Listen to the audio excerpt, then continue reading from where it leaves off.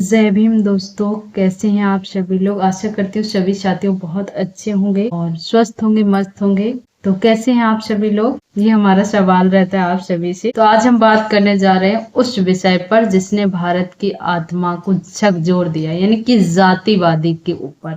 तो हमारे बाबा साहब अम्बेडकर जी ने एक सपना देखा था कि मनुष्य का मूल उसकी जाति से नहीं, उसके कर्म से तय होना चाहिए। ये बाबा साहब अम्बेडकर जी ने अपना एक सपना देखा था कि मनुष्य का मूल उसकी जाति से नहीं, उसके कर्म से तय होना चाहिए, उसके चरित्र से तय होना चाहिए। लेकिन आज हमारे समाज में क्या हो रहा है कि उसका कर्म तो कोई नहीं देखता, उसका व्यवहार तो कोई, सिर्फ जाति को टारगेट करता है। बस एक ठप्पा लगा दिया समाज ने जाति के ऊपर। तो भारत में ना हजारों सालों से कुछ लोगों ने जातियों में बांट रखा है। हमारे हजारों सालों से जातियों में बांट रखा है।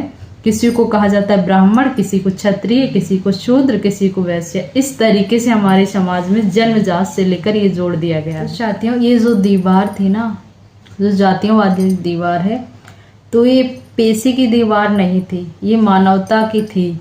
और आजकल क्या हो रहा, किसी सिर्फ एक जाति को ऊंचा कर दिया, बाकी सारे जातियों को नीचे दबा दिया।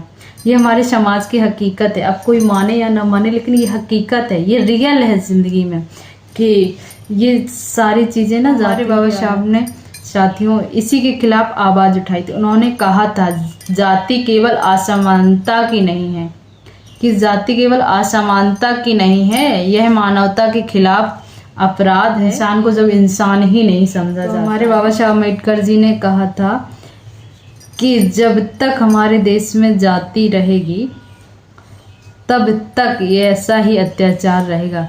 तो बाबा साहब समझते थे कि जब तक जाति रहेगी तब तक असमानता और बंधुता असंभव है। असमानता और बंधुता असंभव है।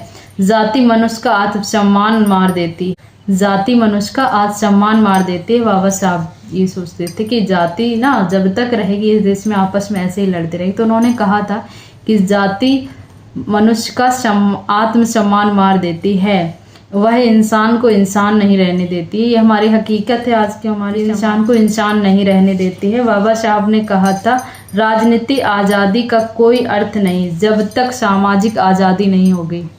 उन्होंने ये बात बोली थी, जैसे बहुत लोग लाइव में बोलते हैं, उन्होंने वो चुनाव हार गए, उन्होंने यही कहा था राजनीतिक आज़ादी का कोई अर्थ नहीं है जब तक सामाजिक आज़ादी नहीं होगी। जब तक हम सबको एक अधिकार नहीं मिल जाए तब तक राजनीतिक आज़ादी का क्या ही फायदा है। इसीलिए उन्होंने कहा था जाति तोड़ो आंदोलन चलाए। जाति तोड़ो आंदोलन चलाए बाबा साहब अम्बेडकर ने। उन्होंने मनुस्मृति को क्या किया था, मनुस्मृति को क्या किया था, जला दिया था। मनुस्मृति को जला दिया था ताकि समाज समझे। बाबा साहब अम्बेडकर जी ने मनुस्मृति को इसीलिए जलाया था ताकि हमारा समाज समझे इंसान का मूल्य जन्म से नहीं कर्म से आधारित होता है।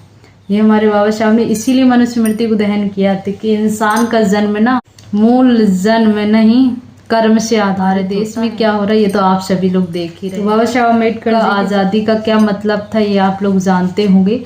मन से आज़ादी, यानी कि अपने भीतर से हीनता, समाज से आज़ादी, भेदभाव ऊंच नीच को खत्म करना। व्यवस्था से आज़ादी, व्यवस्था से आज़ादी, ऐसा संविधान बनाना जिसमें सब बराबर हो।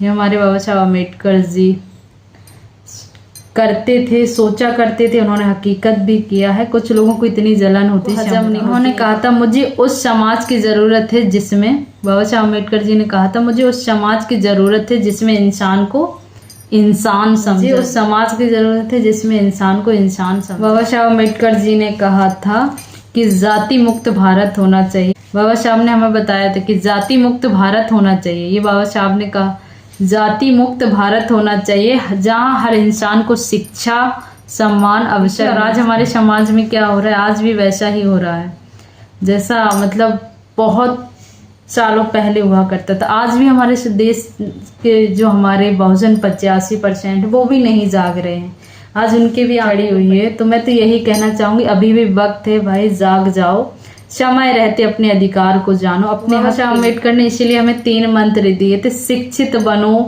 संगठित बनो, संघर्ष करो। तो जातियों से आज़ादी पाने का यही एक रास्ता है जब तक हर व्यक्ति शिक्षित होगा। जब हर व्यक्ति शिक्षित होगा, हर एक व्यक्ति एकजुट हो जाएगा।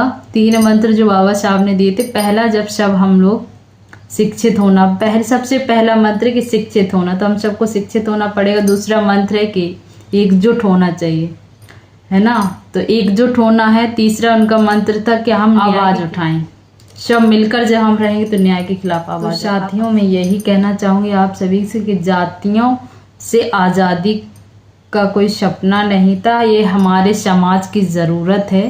तो आप सभी से निवेदन है, जागो हमारे बहुजन भाइयों, कि जब तक कोई ऊंच नीच भेदभाव रहेगा हमारे समाज में, तब तक इंसानियत अधूरी ही रहे। भारत हमारा है, जब हम भारतीय हैं तो भारत भी हमारा है, तो उसके लिए हमें लड़ना है। तो आइए हम सब बाबा साहब के सपने को, कौन कौन करना चाहेगा प्लीज कमेंट में जरूर। हम सब बाबा साहब के सपने को सच करें, जाति मुक्त समानता वाला भारत बनाएं, कि जाति मुक्त समानता और मानवता वाला भारत बनाएं। तो कौन कौन एकजुट होना चाहता है उठा दीजिए हाथ और लिख दिए जय भीम, ठीक है। तो आशा करूंगी हमारी इस वीडियो से अगर आपको थोड़ी भी सी सीख, शेयर करें हमारे बहुजन भाइयों को, ताकि और भी बहुजन भाई और एकजुट हो पाए, हम सब मिलके अपने हक और अधिकार के लिए लड़ पाएं। तो जय भीम साथियों, वीडियो कैसा लगा आप सभी लोग कमेंट में बताइएगा। मिलते हैं फिर नेक्स्ट वीडियो के साथ, तब तक के लिए बाय बाय, और ज़्यादा से ज़्यादा वीडियो को शेयर। जय भीम साथियों।